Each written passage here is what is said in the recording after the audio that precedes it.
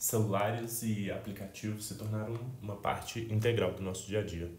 A gente usa para conversas, para entretenimento, redes sociais o tempo todo, até para marcar compromissos. E ainda assim, você não para e diz, nossa, que interface bonita. E em parte isso é o desejado. Uma boa interface é fluida, intuitiva, é invisível. Se a gente arrasta o dedo na tela, a gente espera que a página continue rodando. E quando chega no final, parece natural pra gente que ela vai desacelerar, quase como uma colisão elástica. Na verdade, muitas das animações de uma bela interface dependem da equação da mola. E ok, a equação ela já está implementada na linguagem de programação, mas as variáveis, os parâmetros, eles são exatamente tirados da equação da mola. Tá, mas vamos deixar esses parâmetros de lado. Eu quero fazer um app bonito. Então vou abrir aqui meu editor de app. Vou abrir meu programinha. Olá, mundo. Opa, eu acho que eu quero. Eu vou adicionar uma animação aqui.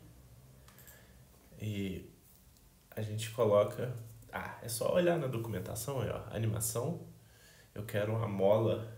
A mola vai interpolar, né? Então eu quero uma animação de mola. Tá aqui, né? A massa. Massa do objeto? Não sei. Desce.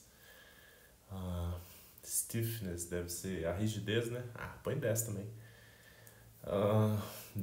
O amortecimento, 5? Não sei. A gente vai ver, né? Velocidade inicial, põe 10 também, né? Vamos lá, o valor, ela vai mexer quando vai. Criei aqui. Isso aqui é só ritual, né? De programação. Um detalhezinho. A minha função já tá lá, né? Ele vai mexer no eixo X. Ele mexe. Se a gente apertar o botão, ele vai. Então, beleza. Acabou. Vamos clicar. Aperta.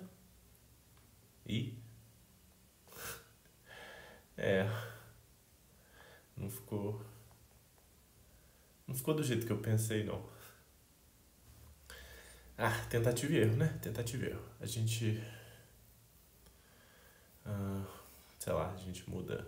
muda a velocidade inicial, né? Tá muito devagar. Vamos pôr 5 vezes mais rápido. Deve ser, né? Aí, saiu da tela. Mas era só pra ficar bonito. Menos velocidade inicial. Pelo menos tá dentro da tela. Mas ainda tá meio esquisito, né? Às vezes a mola tem que ser mais rígida para poder puxar mais o objeto. Ainda tá indo muito. Vamos mais rigidez. Tá mais interessante, né? Ele tá movendo mais rápido. Vamos aumentar o amortecimento também. Não sei se ele... não tá fazendo bem do jeito que eu queria. Às vezes... Vamos mais amortecimento. Ok. Para tudo. A gente pode chutar até acertar, mas é mais fácil deduzir. Vai ser fácil. Vamos começar, por exemplo, com a lei de Newton. Força igual a massa vezes a aceleração. E a lei de Hooke para molas. A força da mola é igual a menos K, que é o coeficiente elástico da mola, vezes X. Ok. E mais uma coisa, a gente sabe que a aceleração ela é a derivada dupla da posição em função do tempo. Correto? Então, com essas 3 informações, a gente consegue escrever que a derivada dupla vezes massa mais K vezes X é igual a 0. Isso aqui é uma EDO de segunda ordem. E a gente pode adicionar mais um detalhe importante. Por causa também de atrito, dissipação de calor na mola, a gente pode extrapolar mais um termo aqui, que vai estar associado à velocidade, porque quanto mais velocidade, mais atrito, mais dissipação na mola. Então, a gente vai poder escrever uma EDO aqui com todos os três termos. Então, primeiro, vamos escrever aqui, e aí eu explico os termos. M, x derivada dupla, C, x, a derivada de x, e k. X igual a zero por causa do equilíbrio de forças, né? E recapitulando, M é a massa que está associada com a aceleração por causa da inércia. C é o amortecimento e K é o coeficiente elástico, né? K está associado com a posição, C está associado com a velocidade e a massa, por causa da inércia, é associado com a aceleração. Ok, e a gente tem então uma EDO de segunda ordem, por sorte, homogênea. Lembrando que como ela é homogênea, ela pode ser escrita, a gente pode encontrar as raízes dela escrevendo em função de R. Então, a gente vai reescrever M, R ao quadrado, mais o amortecimento vezes R, mais K é igual a zero. E o delta, a gente pode calcular o delta. O delta vai ser C ao quadrado, que seria a variável B, menos 4AC4M vezes K. Como tudo aqui está em função de variável, a gente vai fazer uma análise do delta, né? Então a gente tem três casos possíveis para esse delta, né? Se ele for igual a zero, negativo ou positivo. Então, a gente pode fazer um primeiro caso. Se C for igual a 2 raiz de MK, esse é o primeiro caso. O segundo caso, o C ele é maior do que 2 raiz de MK. E o nosso terceiro caso, quando C é menor que 2 raiz de MK. Bem, então, no primeiro caso, delta é igual a zero. No segundo caso, delta é maior que zero. E no terceiro caso, delta é menor que zero. Delta fica negativo. A gente pode continuar a análise. O primeiro e o segundo caso são muito parecidos. Eles assumem a forma geral, a solução geral da raiz, ela vai ser no formato, né, de x de t, da equação homogênea. É uma constante vezes o e elevado a primeira raiz vezes t, mais uma segunda constante vezes e elevado à segunda raiz vezes t. Ok.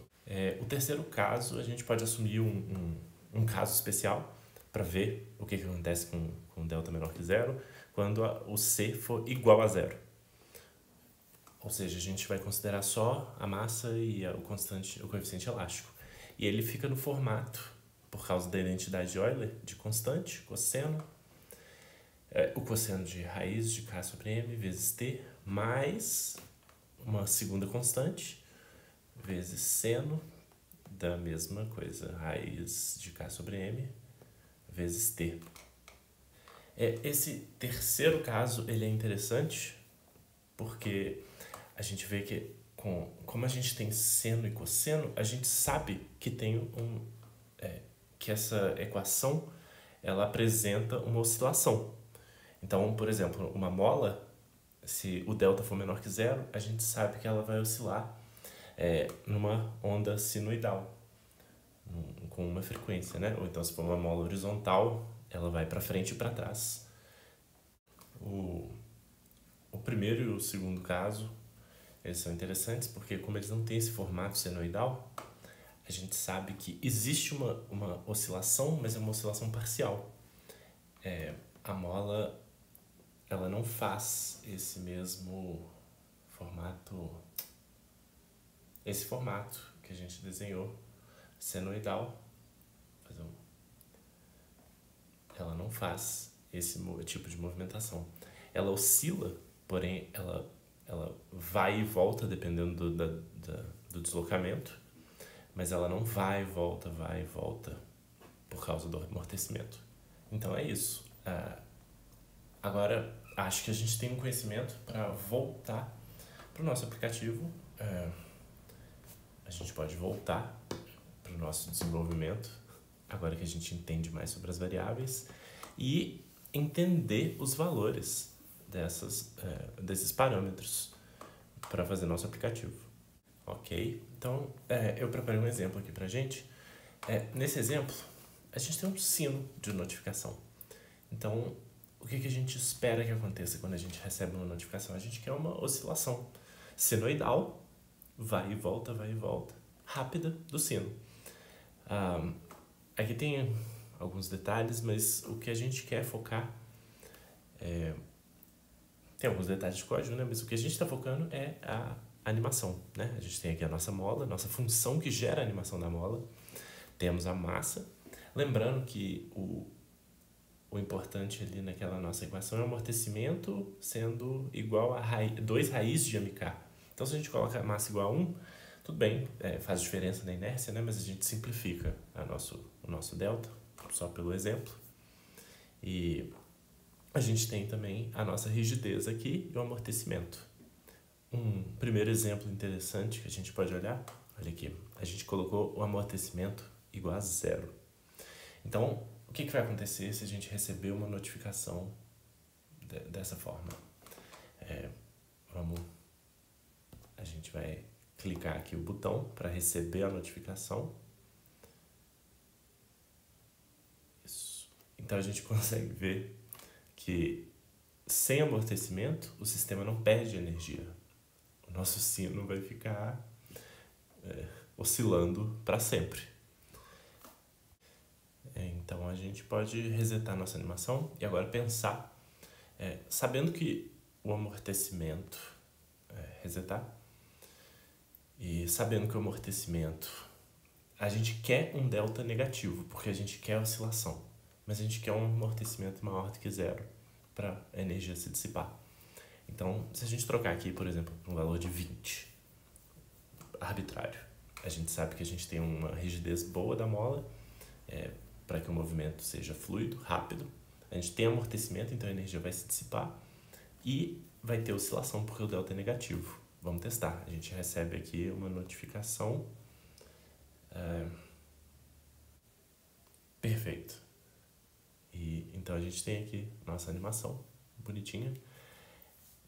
Agora a gente pode, entendendo os valores, pode continuar fazendo tentativa e erro, mas entendendo melhor. Por exemplo, se a gente reduzir o valor do amortecimento, às vezes a gente quer que a animação dure um pouco mais, então vai ter menos dissipação de energia no sistema de mola, né? Então vamos receber uma notificação, dura um pouco mais. Eu preparei também alguns exemplos aleatórios, com deltas diferentes, valores diferentes. Aqui tem uma rigidez menor, então a gente vê que é mais lento.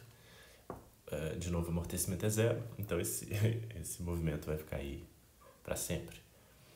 Um outro exemplo, com um pouquinho de amortecimento, bem pouco, você vê que o sistema dissipa bem devagar, ele dura bastante a animação. Um outro exemplo aqui é com uma rigidez maior da mola, parecido com aquele exemplo inicial. Então a gente tem uma vibração boa. Eu preparei também outro exemplo para o nosso aplicativo. Imagina que a gente tem abrir aqui. Imagina que a gente tem um ícone para sair de algum menu, de alguma seleção.